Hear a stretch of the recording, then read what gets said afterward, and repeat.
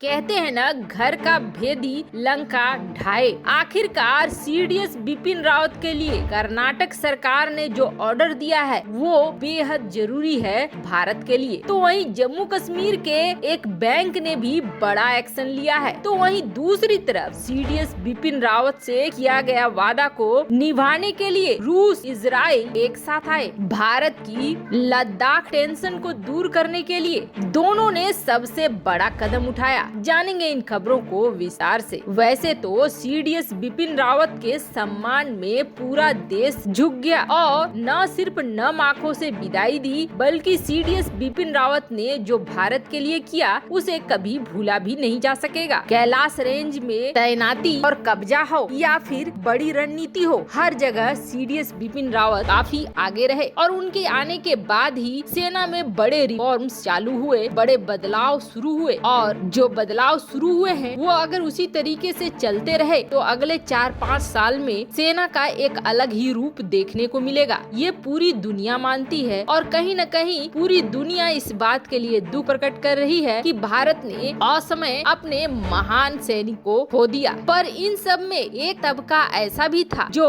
दुर्भावनापूर्ण social media में post वगैरह कर रहे थे। ये वो लोग थे जो कहीं न कहीं खुशियाँ मना रहे थे और कुछ ऐसे थे जो अपने ही देश के थे। ऐसे में ये तो बेहद जरूरी हो जाता है अभिव्यक्ति के आजादी के नाम पर अगर ये लोग देश के महान और जिम्मेदार लोगों का मखौल उड़ाए तो वो भी कोई इतना ज्यादा निर्मम कैसे हो सकता है कि किसी की मौत का मजाक बनाए। इस पर एक्शन लेना शुरू कर दिया है। दरअसल जम्मू कश्मीर की एक बैंक ने अपने उन एम्प्लॉय को सस्पेंड करना शुरू कर दिया है जो जनरल रावत के मौत पर हंसने वाली खुशी वाली इमोजी लगाकर सोशल मीडिया पे बैठे हुए थे। तो वहीं सबसे बड़ा एक्शन लिया है कर्नाटक के चीफ मिनिस्टर ने। स्क्रीन पर आप देख सकते हैं आर्टिकल। कर्नाटक के चीफ मिनिस्टर ने ऑर्डर दे दिया है कि उनके राज्य भर में जहां भी जनरल रावत के खिलाफ हेट स्पीच डाली गई है, जनरल रावत के खिलाफ इस तरह की किसी दुर्भावनापूर्ण पोस्ट को देखा गया है, उन सब की जाँच हो, चाहे वो सोशल मीडिया प्लेटफॉर्म पे हो या कहीं भी जहाँ इस तरह का किया गया है, उन सब को ढूंढ कर निकाला जाए कि इतनी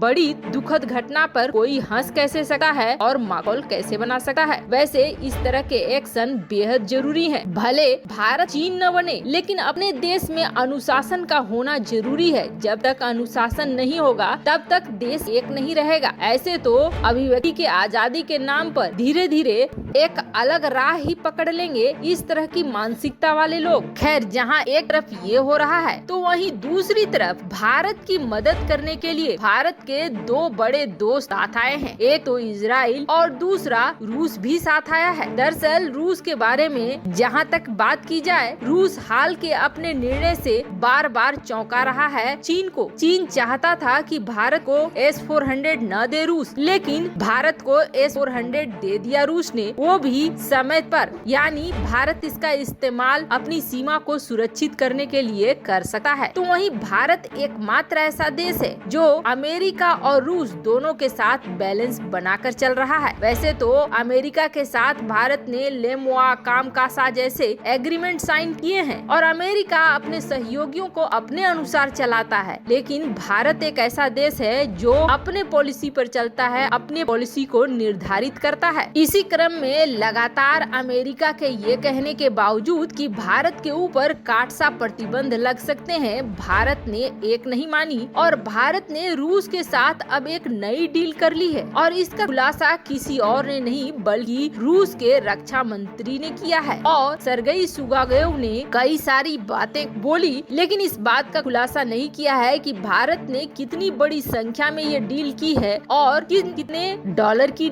ये डील है। हालांकि भारत और रूस के बीच एक समस्या ये भी आई थी कि पेमेंट किस करेंसी में किया जाए, पर अब भारत और रूस ने उस समस्या को भी दूर कर लिया है और कहा है कि भारत और रूस के बीच जो भी व्यापार होगा वो व्यापार रूबल और रुपए में होगा, यानी भारत और रूस की करेंसी में होगा, न कि डॉलर में होगा। ऐसे में एक रास्ता तो साफ हो गया कि भारत अब हथियारों की खरीद कर सकता है रूस से, और रूस भारत को जो सबसे खास हथियार है इन पहाड़ी रेंज में उन्हें दे रहा है। दरअसल कई बार ऐसा होता है कि मिसाइल डिफेंस सिस्टम से बच गए और हेलीकॉप्टर्स, ड्रोन आगे की तरफ बढ़ रहे हैं, ऐसे में बड़ी भूमिका निभाते हैं मैन पेड डिफेंस सिस्टम, यानी जो कंधों पर ले जाकर डिफेंस सिस्टम के रूप में इस्तेमाल किया जा सके और उसके द्वारा दागा जा सके मिसाइलों को। ड्रोन और लो लेवल के हेलीकॉप्टर को निशाना बनाने के लिए ये हथियार बेहद जरूरी है और भारत अब इस हथियार का सौदा कर चुका है। जो 28 एग्रीमेंट भारत और रूस के बीच साइन हुए हैं, उसमें एक एग्रीमेंट ईगला एस को लेकर भी है। ईगला एस एक डिफेंस सिस्टम है जो कि मेन पोर्टेबल डिफेंस सिस्टम है, यानी कंधे पर ले जाकर इसका इस्तेमाल किया जा सकता है। तो वहीं दूसरी तरफ इजराइल ने भी भारत की बड़ी मदद की है और इजराइल की ये डील सीडीएस बिपिन रावत के साथ हुई थी। दरअसल सीडीएस बिपिन रावत काफी दूर की सोच रखते थे और बिपिन रावत ने ये प्लान किया था कि कैसे जम्मू कश्मीर और पीओके के एरिया में जो घुसपैठ होता रहता है उससे कैसे निपटा जाए। सीडीएस बिपिन रावत की रणनीति बहुत ही दूर की होती थी और ऐसे में सीडीएस बिपिन रावत ने इजराइल के साथ जाना पसंद किया था, जिसके लिए सरकार से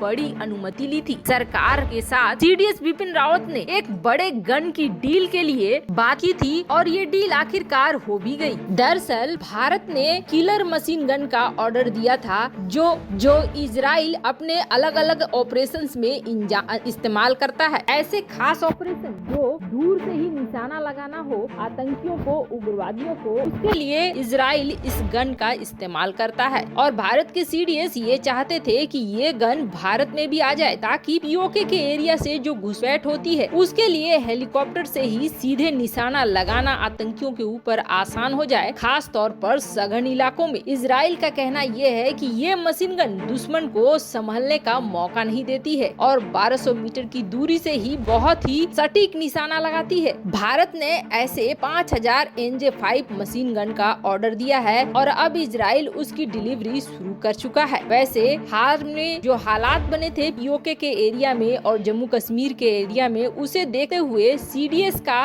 ये कदम काफी सराहनीय माना जा रहा है। पर ऐसे समय में जहां एक तरफ भारत अपने आंतरिक समस्याओं से जूझ रहा है तो वहीं दूसरी तरफ चीन से सीमा पर जूझ रहा है, तो रूस और इजराइल की ये मदद भारत के लिए बहुत बड़ी मदद है। तो वहीं दूसरी तरफ रूस ने जांच के आदेश भी दे दिए हैं भारतीय जांच एजेंसी के साथ मिलकर अपने हेलीकॉप्टर और हथियारों की, ताकि ये पता चल सके कि आखिर ये दुर्घटना हुई कैसे, जबकि इस हेलीकॉप्टर को सबसे सुरक्षित हेलीकॉप्टर माना जाता है। ऐसे में रूसी हथियारों पर जो सवाल खड़े हुए हैं उसे भी दूर करने की कोशिश कर रहा है रूस। वैसे आपको क्या लगता है, कर्नाटक के सीएम द्वारा जो निर्णय लिया गया वो सही है? कमेंट कर अपनी राय जरूर बताएं। जल्द मिलते हैं अगले वीडियो में नई खबर के साथ।